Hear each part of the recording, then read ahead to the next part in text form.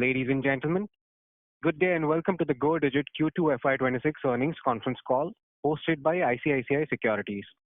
As a reminder, all participant lines will be in the listen-only mode, and there will be an opportunity for you to ask questions after the presentation concludes.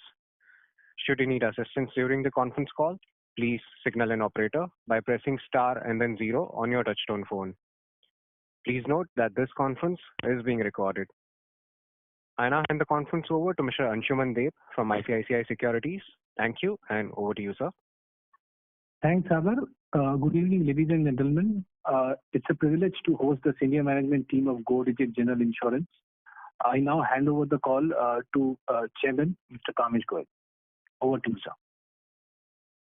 Thanks, Anshuman, and good evening, everyone, for joining our conference call for the Q2 results. As always, we'll try and quickly go through the presentation and then we'll spend time on the question and answers. I'm now on slide 1. The premium in H1 has been 5649 crores. Market share in overall is 3.4. Motor is 6.5. Product portfolio continues to be good. Now we have added a couple of products in this quarter. Policies issued 7.6 crore since inception. AUM have now increased to 21,345 crore, and customer satisfaction score continues to be good. We'll speak about the figures relating to financial performance in a bit more detail. Moving to the next slide. In Q2, we have done a premium of 2667 crore, and as you can see this with the asterisk at the bottom, this is on a 1/n basis. If we do it without 1/n, last year Q2 was without 1/n, then this number would be 2739 crore compared to 2369 crore of last year. Our premium retention ratio is 79.1%, loss ratio this quarter of 73%, combined ratio this quarter is 111.4. If we compare it to last year and we do it without 1/n, which is applicable in this quarter, Q2 25, this was without 1/n, then the combined ratio has improved to 109.9 compared to 112.2 of same quarter last year. Profit before tax has increased to 136 crore compared to 89 crores, while profit after tax this year is 117 crores. Last year, you might recall, we did not pay any tax, so PBT and PAT was the same. This 117 is at a tax rate of 14%, which we expect to be for the entire year, and next year onwards we'll move to the full tax rate of 25%. This tax rate is also mentioned in the slide below. The average ROE on the IGAP net worth is 2.8% non-annualized. The net worth has increased to 4290 crore compared to 3805 crore of last year. Solvency ratio is 2.26, which has increased from 2.18 of same quarter last year. This year, if you look at the below comments, we are making one new disclosure this year. As you know, we always disclose IFRS results audited based on suggestions coming in from some of you. We are also saying that this year, as of 30th September, we had deferred acquisition cost post-tax of 1708 crores. What this basically means is that this deferred acquisition cost, which has already been incurred in IGAP and which is there in IFRS, will benefit the profit going forward. We expect 710 crore out of 1708 crore would actually unwind in H2 by way of benefiting the IGAP results. Obviously, in IFRS, this would not really make a change. Now, some other points relating to growth, etc., which we can cover in the next slide. So when we look at the growth rate, this year our growth rate without 1/n is 15.6%. The industry grew by 10% on a without 1/n basis, and our growth rate is 12.6% on a 1/n basis overall. When we look at motor OD, TP, and I'm now looking at towards the right-hand side, GWP growth for Q2/26 and comparing it with the industry, which is the last column in the below table, you would actually see that we have grown in every single line of business. OD 12.6 against 5.6 of the industry, TP 8.6 against industry 7.4, health, travel and PA 36 against industry's 9. Fire is, as you know, we have been focusing on commercial lines. This has grown at 60.8% against industry's 27.6%. Others is only an area where we have degrown at -19% compared to industry's degrowth of -5. So gross written premium from that perspective, the growth and market share continues to be good. Now, when we look at overall in terms of the premium which we have not accounted for in our books due to 1/n is 136 crores. And however, all acquisition cost has already been provided for. So I think you would recall that since last year itself, from October to December 24 quarter, we have been deferring the premium, but all acquisition costs are provided in every quarter results. So there's really nothing which has not been provided for. The impact of on this on H1 COR would we say about 0.2% in the acquisition cost.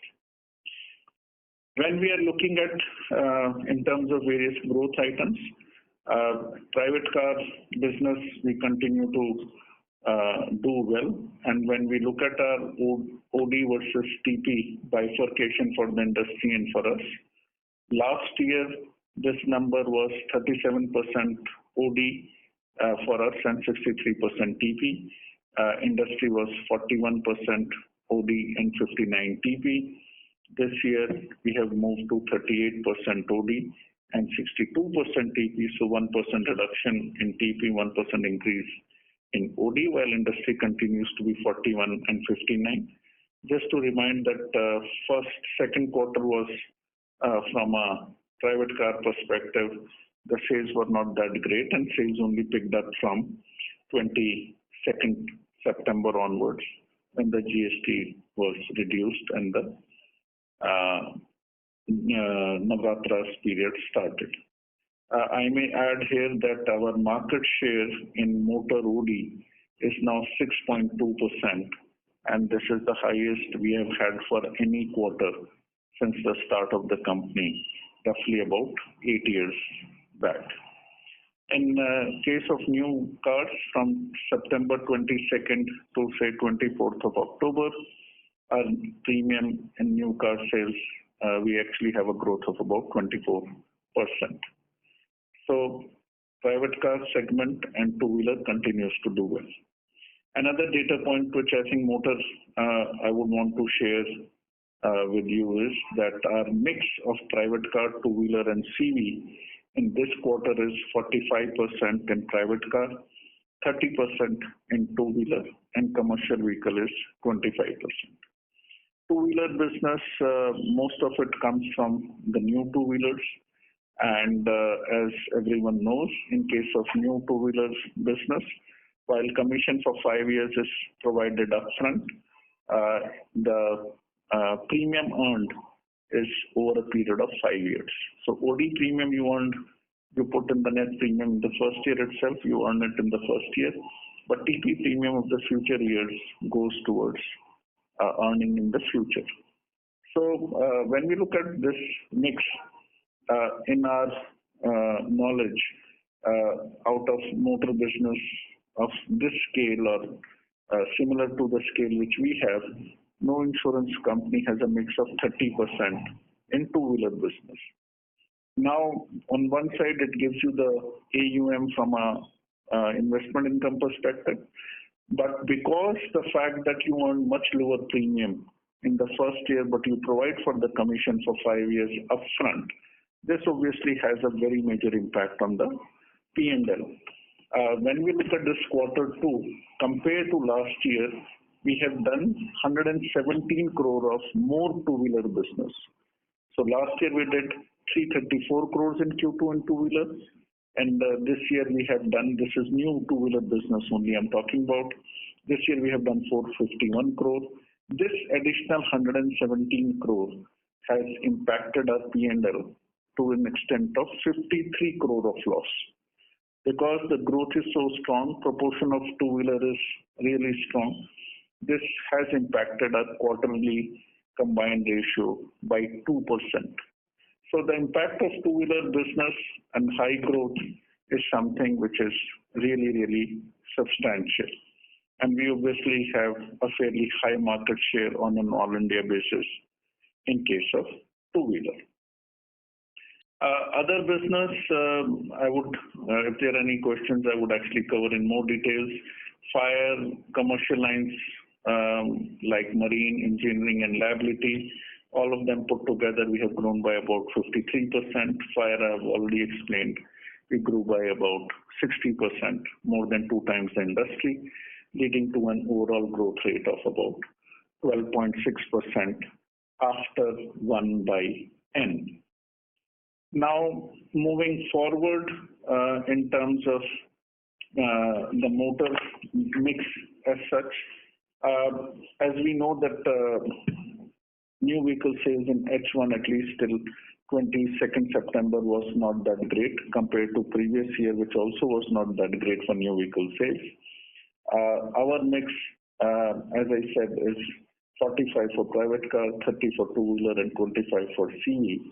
As per our analysis, every increase of 1% of private car mix from two-wheeler will reduce the company's COR by 0.1.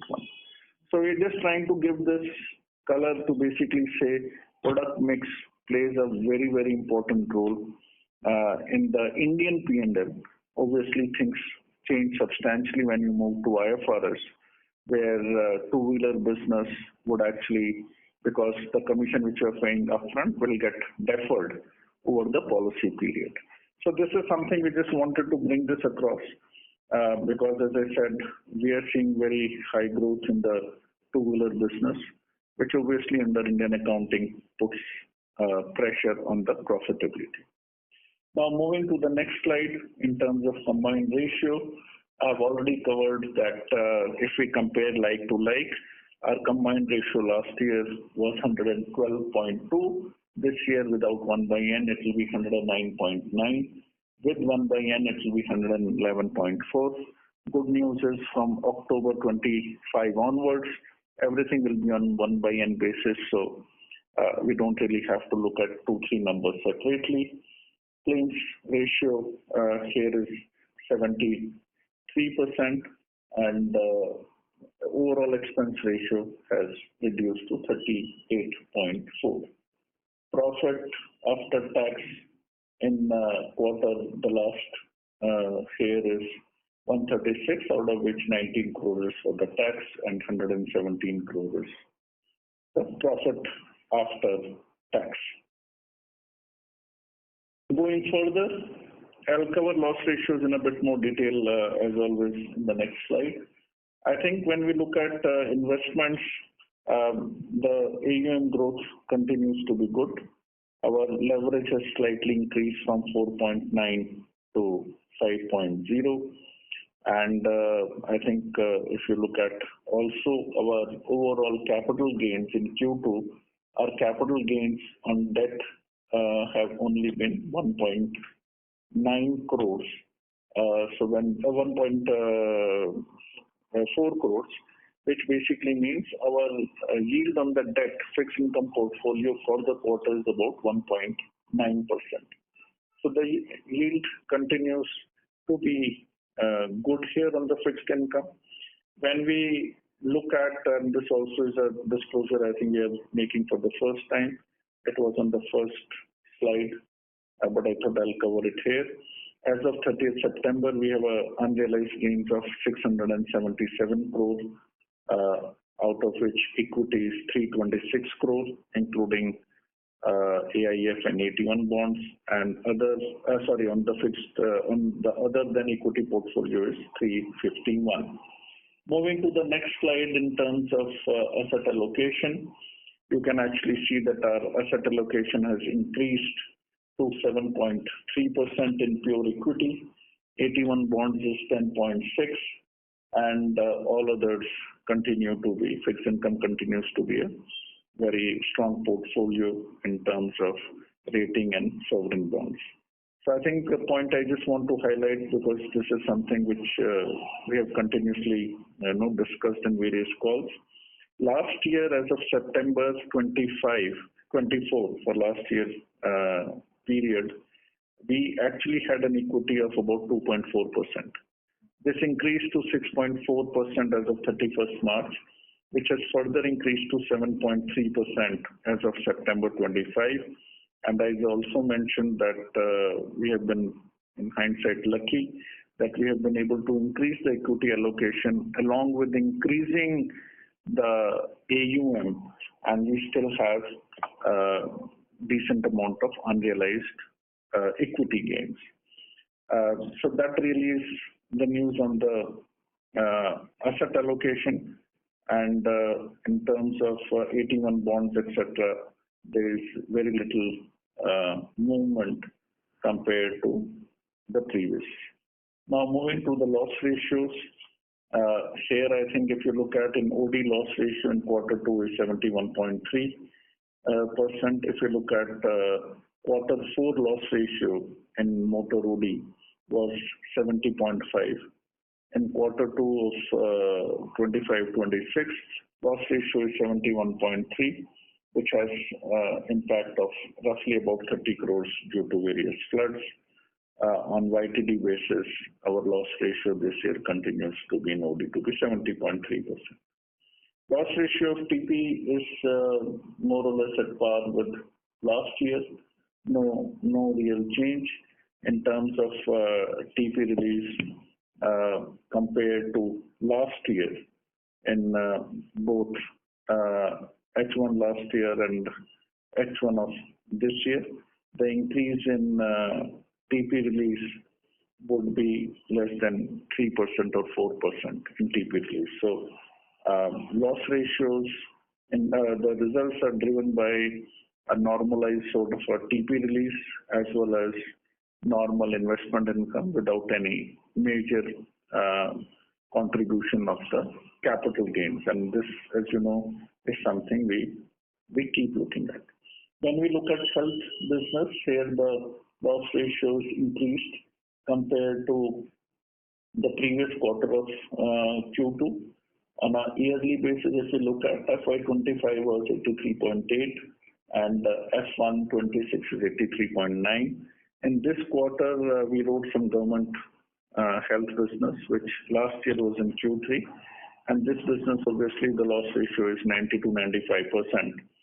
If we had not written this business this quarter, then the health loss ratio for Q2 would have been 80.8%. And as you know, we have most of our health business comes from group business, including large portion coming in from employer-employee. So if you look at our overall health loss ratio with this mix, I would say I think we are doing fairly okay here. The fire loss ratio is slightly more than last year, but the fire earned premium in this quarter is about 30 crores. And this also includes some 3 large losses which have come. but overall loss ratio, I would say, continues to be good. Engineering also, we had one large flood claim, which loss ratio has increased, but in engineering business, the earning of premium is only for the installments you have received. The future premium will continue to come, and that obviously is not included here.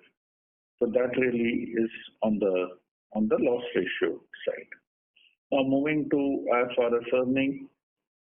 Now here, as we have discussed a bit in the past, we essentially look at IGAP results, which is given at the top. Then we basically look at deferred acquisition cost, which is number 4, which is 204. If we combine the two, it comes to 500. And if we provide for a full tax of 25% on this, then in H1, the profit on this basis would have been 400 crores.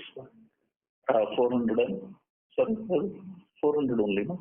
400 crores, without obviously looking at this discounting impact or investment gains.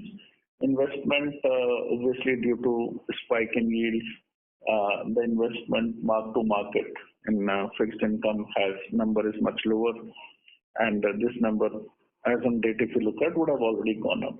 But as I said, we always look at IGAP profit plus deferred acquisition provided with full tax, which is coming, as I said, to about 400 crores. And that is how we look at this. And as I also said earlier, our total number on deferred acquisition cost is 1,708 crores as on date. This obviously number will keep changing as we write new business, and out of which 710 crores will get earned in H2 in terms of profit. So I'm just quickly seeing if there is any point I have missed. Otherwise, I think we are good to go now, and happy to take any questions now. Thank you very much. We will now begin with the question and answer session. Anyone who wishes to ask a question may press star and then 1 on their touchtone phone. If you wish to remove yourself from the question queue, you may press star and 2. Participants are requested to use handsets while asking a question. Ladies and gentlemen, we will wait for a moment while the question queue assembles. Again, to register for a question, please press star and then 1.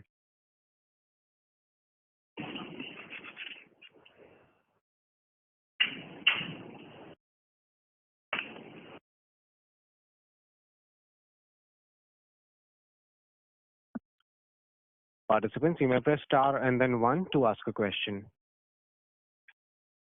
Our first question comes from the line of Sanket Godha from Avendus Spark. Please go ahead. Yeah, thank you for the opportunity. So my question is on motor OD. Given 70% loss ratio in general is higher compared to what we have historically reported. Now with the GST thing and new sales improving, IDVs coming down, naturally loss ratios will deteriorate. So just wanted to understand this 70% what you reported, and if you change new vehicle sales, how much this loss ratios further can increase because of IDV value and premium realization coming down. And the second thing, and related to that, can you tell me whether it will be ROE accretive still because of the advanced premium or the float what you will get? That's one first question on OD part. And second question is on TP. Is that how much exposure you have in the TP, the 25% of the business to CVTP segment, where the GST cut has been from 12 to 5, and you have full input credit benefit. So how do you see this to play out incrementally for you? So that's the second question. And lastly, on the reinsurance accepted number, which seems to be 288 crores, how declined year on year. Any major segment like crop or government health or something which led to, or your fire getting recognized more in direct, not in reinsurance accepted, led to that decline? And how do we see this number playing out? Thanks, Sanket. So I think on the OD side, the impact is more on the new vehicles because the pricing, at least in Digit we do, is more related to the burn cost and not directly related to IDV because we translate this to IDV. Obviously, since the festival season was starting, the pricing changes have not been done by anyone in the industry. I think we will revisit this in November to see that how much the increase in volume has been and can that offset for the loss of the premium due to lower IDV, and that is something we'll visit. One thing which I may want to add, Sanket, is that our mix is in private car changing substantially because we now have a fairly robust renewal book. So the renewal contribution will keep on increasing as we go forward. And that is why when I mentioned that our OD market share is highest in Q2 is 6.2, this is really driven more by renewals than anything else. Otherwise, as you know, July, August until 22nd September, they were not really great months from a new business perspective.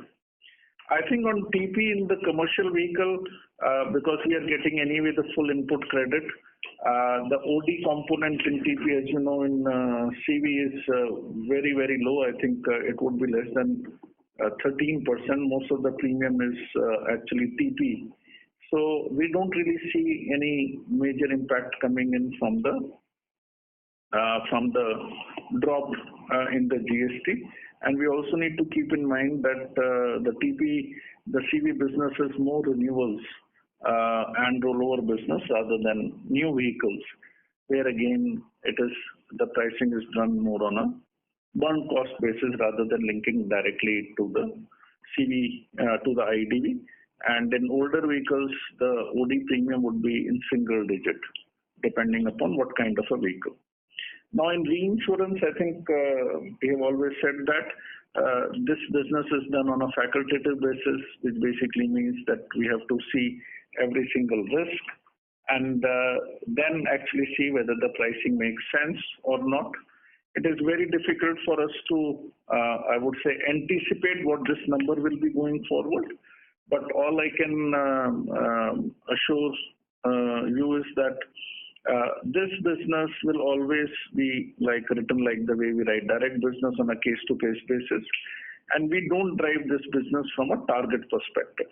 So this number has reduced as we grow more on the direct side, especially on the retail commercial, as the distribution has now become fairly good and we expect it to improve further. I think the component of retail in commercial lines will actually increase, which automatically means that direct side of the business will keep increasing. Have I answered, Sanket, all your three questions? Yeah. It's understood. And lastly, if I can squeeze one, see the OPEX trajectory seems to be, means absolute cost seems to be coming down year on year for every quarter. At least I see that benefited your numbers even in the current quarter. So just wanted to understand that 207 crores of OPEX, what you reported, is this trajectory of decline in the OPEX will continue? And if that is the case, then what is the likelihood of the combined we can see for the full year, or do you have any target in your mind to deliver in the current year? So, Sanket, as you know, we don't give any forward guidance. But what I can definitely say is that I would say as we are growing, we obviously continue to invest heavily on the tech piece. And the benefit of that then translates into lower expenses because of higher productivity. So I think the same philosophy will continue. We obviously would want to launch more and more product lines or channels wherever we see opportunity. But based on where we are, all I can say is we don't see any increase or any major change in H2 on the management expense side. So what will it be next year, etc.? I think you are more intelligent than we are in building this into the model. So I'll leave that to you. Okay, Commissioner. Thanks for your answers. That's it from me, sir. Thank you. Our next question comes from the line of Rishikesh Thakkar from ValueQuest Investment Advisors. Please go ahead. Yeah, thanks. This is Anirudh from ValueQuest.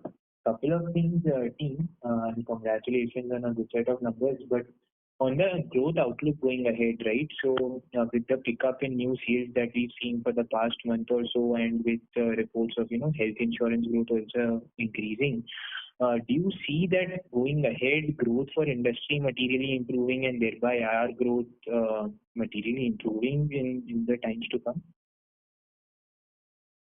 So, Anirudh, I would say that I think the macro indicators are, if you look at definitely on the motor side and hopefully on the SME side, that also to credit loans, etc., that the growth in H2 should be better than H1.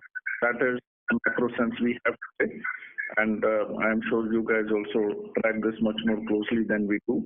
So we also feel that under the new Motor Vehicle Act, MoRTH has actually suggested that the TP hike, premium rate hike, actually go back to if that happens, that obviously also will be a good news, because as we know, ID has indicated in the recent some increase in the TP rates, which we haven't really seen.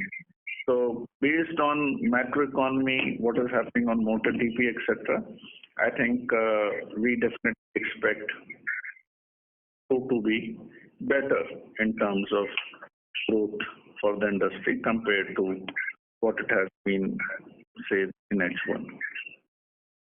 Right. And what would that mean for competitive intensity going ahead, right? Because intensity seems to have been fairly high even from the PSU front and all over the last few months. But if overall industry growth improves, does that mean that there should be some ebbing of intensity and thereby benefiting players like us? So, the way we see it is that we have been seeing this massive market competition intensity in the last 4 years now already post-COVID. And I think if you look at our actual performance, we normally have grown faster than the industry, and overall profitability, whether you look at in terms of ROE, you look at in terms of loss ratios. We already covered operational expenses, etc. Commissions are obviously driven more from the market side. We are okay at this stage. We don't really worry too much about what is happening, because some things are not in your hands, but how you react to is in your hands, and you don't have to really listen to what I am saying. You just see what our management has really delivered in the last 4 years, especially on without any hike in TP rates, lower new vehicle sales, car sales, especially in the last 2 years, intense pricing competition last year in the first 9 months. And so I think all of that will continue to happen, and we have to do what we have to do. But if you ask my personal opinion, I would say the ROE of the industry has been deteriorating. In our 15th February investor meet, and the deck was also uploaded, we had actually shown that a lot of players in the industry have been depending upon massive TP increase, TP reserve release, and also massive capital gains, which they were realizing, which is helping them on the profit side. If you look at our case, I think last year there was hardly any capital gains. There obviously not much capital gains. Motor release this year is just, as I said, in H1, 2-3% than last year. So we will continue to drive growth wherever we see an opportunity, and also look at core profitability, which is not driven by either of the two things. And I would say one of the examples is that if you look at our motor overall business and say Q2 is 55% of the gross premium. If you go back 4 years, motor used to be 75%. Out of 75%, commercial vehicle will be 2/3. It's 50% of the overall premium. Now, commercial vehicle is 25% of motor of 55. So if you see it from that perspective, from 45% of gross written premium, CV has actually now fallen close to about 17 to 18% in gross written premium. So the way we can move from one product line to another, I think is something which you can actually see. Second point, I would say in fire and commercial lines, marine liability and fire, as I said, we are growing by more than 50%. So that number also is looking good. And in health, despite having 70% of the premium coming in from employer-employee, if we exclude government health business in Q2, our loss would have been 80.8. And put this mix I just said, and any insurance company will actually say their loss ratio will be much more than what it is for us. So we will continue to drive ourselves in this direction, not really worry too much, but hope is that based on what I just explained, looking at from where the profits are coming, my sense is that pricing has to improve as we go forward. Got it. Thanks. Last question was on this 700 crores of deferred acquisition cost benefit that you mentioned in H2. What would that comparable number be for last year, H2? We didn't really declare this last year. I think we only declared this now. So I don't have this number, and we will, going forward, we will declare this, but maybe you may want to connect to our investor team offline to see what this number is.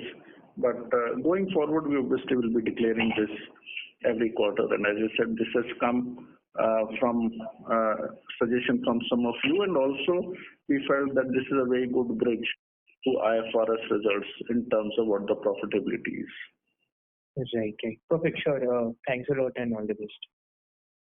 Thank you. Thank you. Our next question comes from the line of Divij Punjabi from Banyan Tree Advisors. Please go ahead. Yeah, hi. Thanks for the opportunity.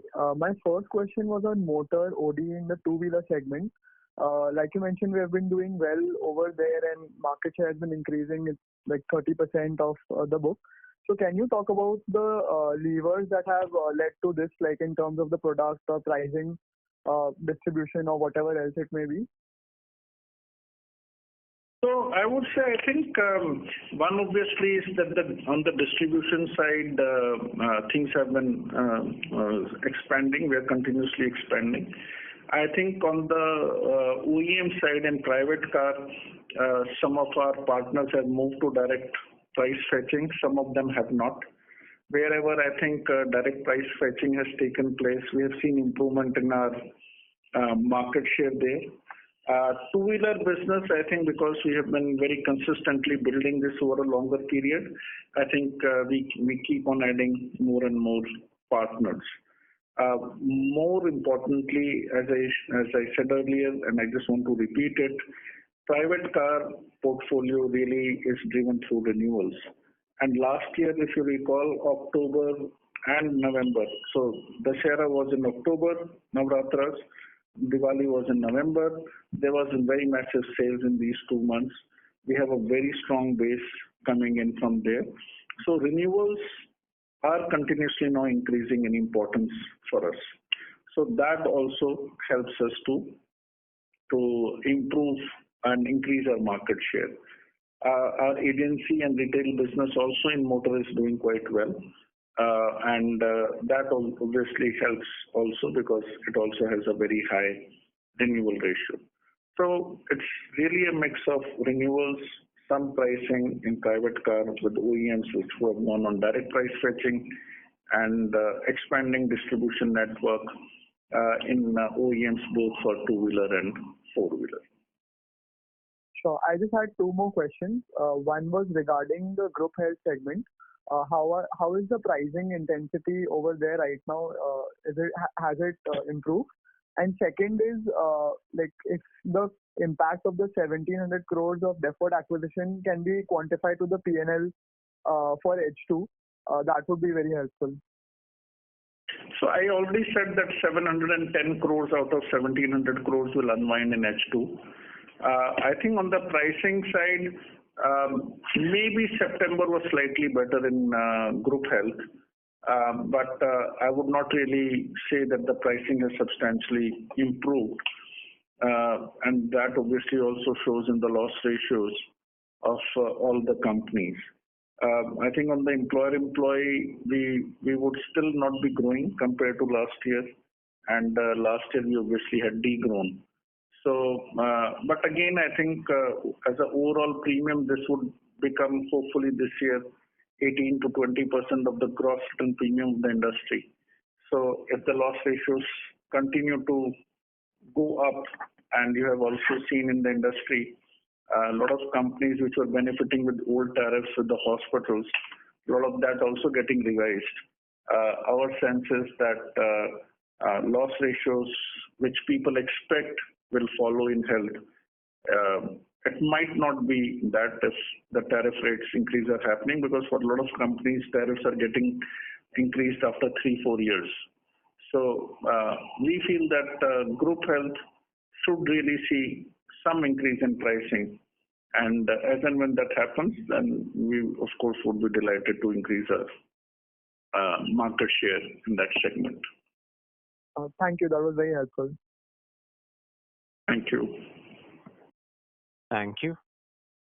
Our next question comes from the line of Nitesh from Investec. Please go ahead. Thanks for the opportunity. So my question is on motor OD. So in motor OD, we have seen our loss ratios have increased, which we have explained the share of renewal. So in future also, as a share of renewal business is expected to further go up, do you expect further increase in loss ratios? I think Nitesh, as we have always said that we basically look at loss ratio and acquisition cost together. So in new, as everyone knows, in new cars, the acquisition cost is fairly high, but loss ratios are much lower. In case of renewals, acquisition cost is lower, but loss ratio would be a bit higher. When we put both of them together, the way we drive ourselves is that on that basis, we are actually doing fine. Now, whether the mix will change or not, I would say that we should, all of us are hoping, and I already said that we expect in H2 new vehicle sales to be better than what it was in H1. And if that happens, then obviously the mix could be more towards new vehicles compared to non-new vehicles OD premium. Because as I already said, that first half things were not really that good. Secondly, I think OD claims can also, Nitesh, be very seasonal. And if I just look at, and this is just making a comment for the month of, say, October, if you look at October number of OD claims compared to September, say, for Digit, we have actually seen a reduction in number of claims by roughly about 10-11%. So there will always be a bit of a seasonality, both in terms of claims which are driven more by flood or May, which typically is a holiday period where we see very high number of claims, and also what the new vehicle sales will be like. So one can't, in our view assessment, one cannot put all of these into some sort of a projection to say what is likely to happen in Q3 and Q4. Personally, if you ask us, we would be happy that if new business share increase, because we want the economy to do well, we want to write more new vehicle business. So we would not want to be in a situation where new vehicles continues to suffer, and we are happy writing more renewals. Yes, sure. And can you explain what steps you are taking on the claims front in the motor business, in terms of garage network, etc.? And because some of their peers are sharing data that how much of the claims are getting adjusted through their preferred garage network. So if you can speak about the steps that you are taking on the claims front. Hitesh, I would not try and tell you how we cook the meal. Just look at the loss ratio, and you assume we do nothing. Compare our loss ratios in OD with whichever companies who are doing all this steering and discounting and all that stuff. We have seen this story play on the health side. Maybe motor is the new. My CEO is telling me not to say all this. So I would say, Nitesh, whether we look at fraud as an example, and we covered that in detail in February. I think network, obviously, we have much more heft in network because, as I said earlier, our non-dealer channel business is also increasing. So all these things you have to continuously do. Continuously means continuously. I can even tell you we track on a daily basis number of claims in OD seen by a loss assessor. We have this productivity on a daily basis. So all these details which we get into, then it lead to that sort of a outcome which all of us want, and we obviously want to continuously improve. But our nature is not, our philosophy has not been to unnecessarily speak about some of these things. We try and cover some of these areas in our annual meet, and we'll obviously cover that. But all these things happen on a continuous basis, and everything is tracked by the management team. Sure. Very helpful. That's it from my side. Thank you, Nitesh. Thank you. Our next question comes from the line of Dipanjan Ghosh from Citi. Please go ahead. Hi, good evening, everyone. So, a few questions from my side.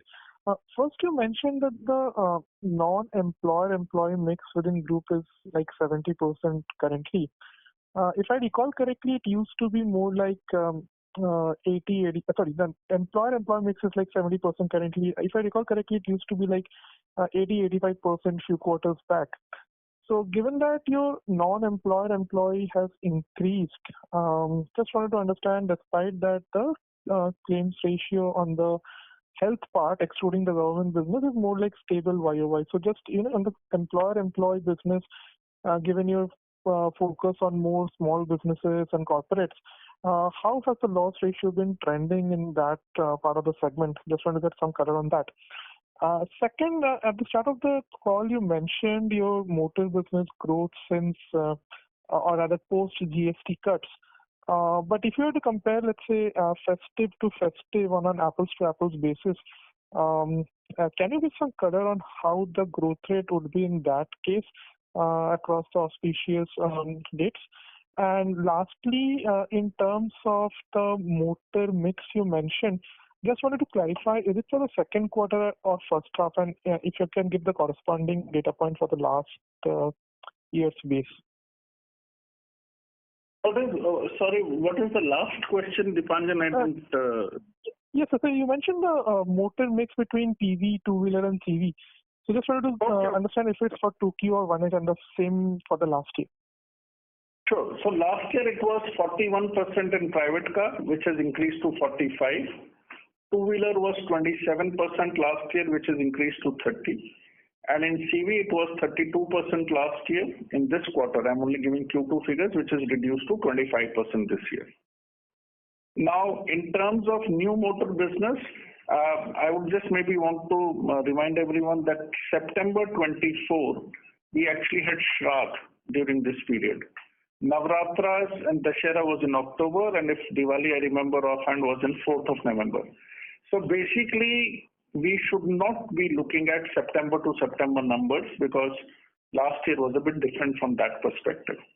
Now, having said this, when we are looking at the vehicle sales post 22nd September, new vehicle sales, and a lot of this Vahan data is also available because we have to look at retail sales and not really look at sales which the manufacturers or it is coming from the OEMs. No, so we are not looking at the dealer billing, we are looking at Vahan registrations.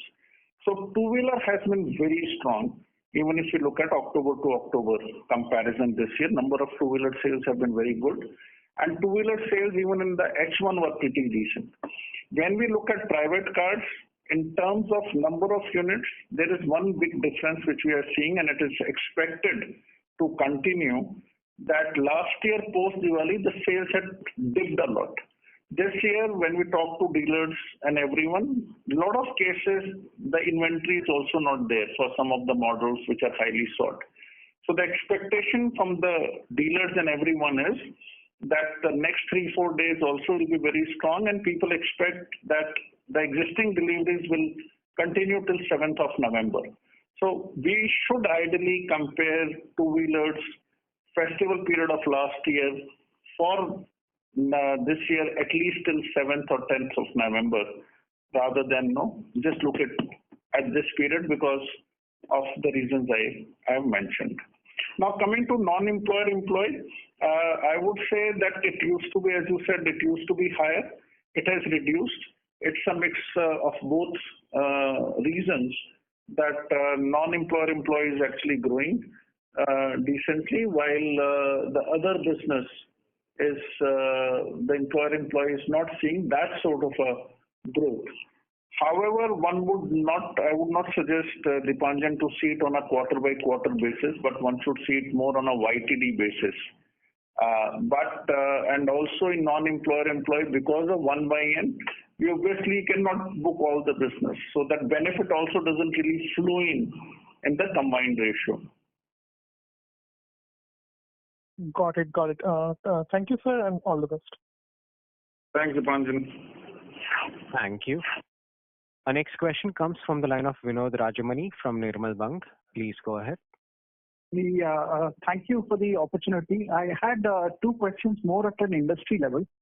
So if I look at the sales of vehicles, I know it's early days yet, but the proportion of the EV vehicles vis-a-vis the ICE vehicles has been rising. This might be a larger. It may have played out more in terms of two-wheelers, but even in four-wheelers, even in passenger vehicles, there is this slight, this increase in EV vehicles. And the issue with EV vehicles, which the loss assessors say, is that there is a greater probability of total loss because it's completely sensor based and so on, vis-a-vis say the ICE vehicles. So if this trend continues of the proportion of ICE vehicles reducing, do you think the industry is kind of equipped in terms of pricing, because there is a greater chance of total loss in terms of and also the number of moving parts are less, so there would be lesser spare parts and so on. So with regard to say EV, that is question number one. So my question is more at an industry level. Do you think the industry is pricing this well? The second is on this health, with this CGHS kind of ruling happening, the price rationalization as far as CGHS is concerned.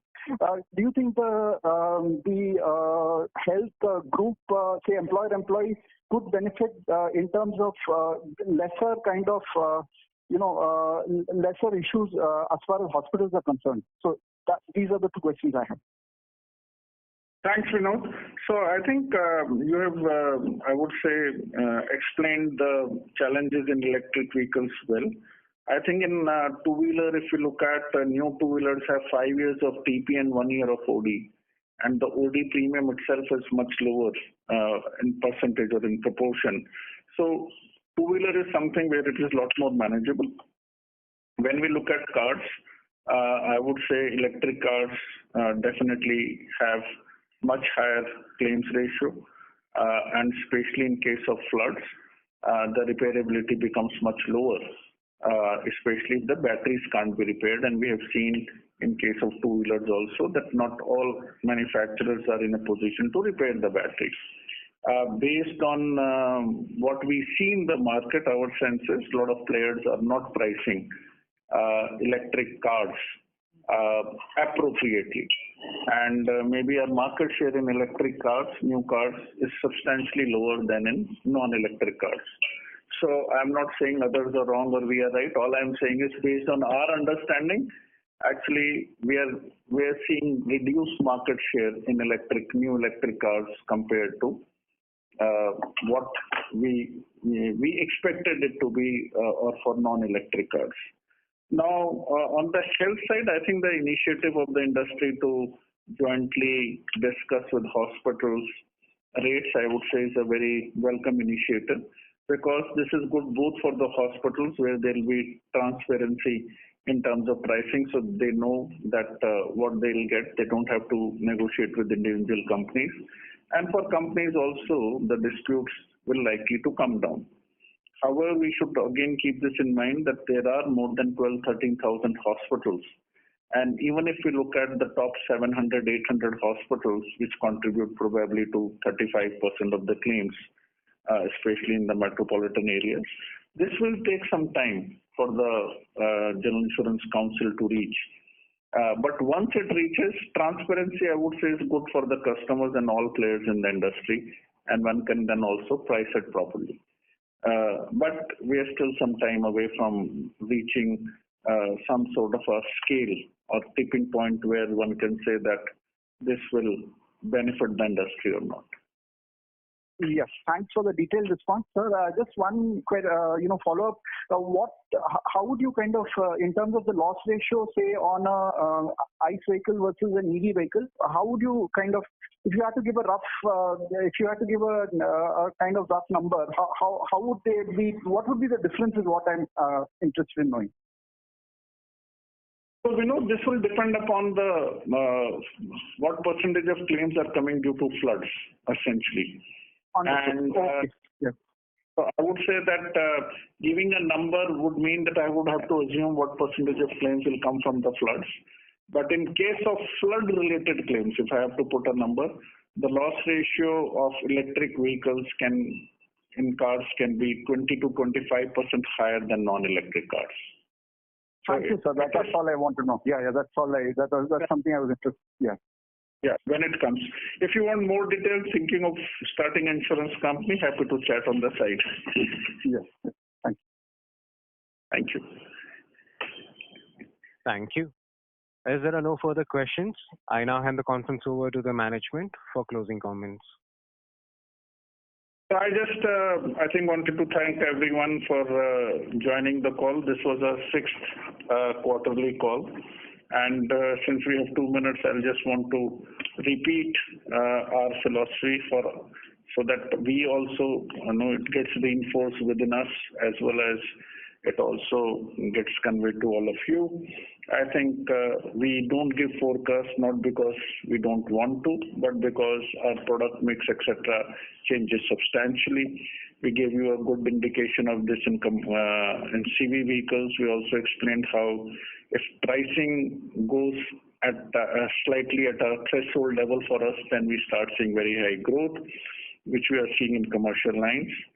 Secondly, we this time have declared a deferred acquisition cost transparently because in IFRS this is included. When we look at IFRS ROE or profit, we look at IGAP profit and add deferred acquisition cost to that and then take 25% profit.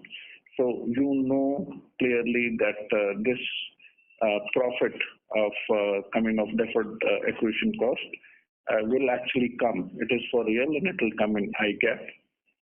The third point, which we always do, and maybe I should repeat it, is to say, though the premium comes by 1/n, but we provide all acquisition cost in our quarterly results. There is no liability which is not provided for in terms of 1/n in our case. Fourth is product mix in motor plays a very important role. We gave you example of two-wheeler business, where an increase of roughly about 117 crores compared to last year in Q2. It led to an additional loss of 53 crores because commission has to be provided upfront. Fourth, that we always look at core insurance profitability, which basically means normalized TP reserve released and normalized investment income without substantial capital gains, and that is how we continue to drive business.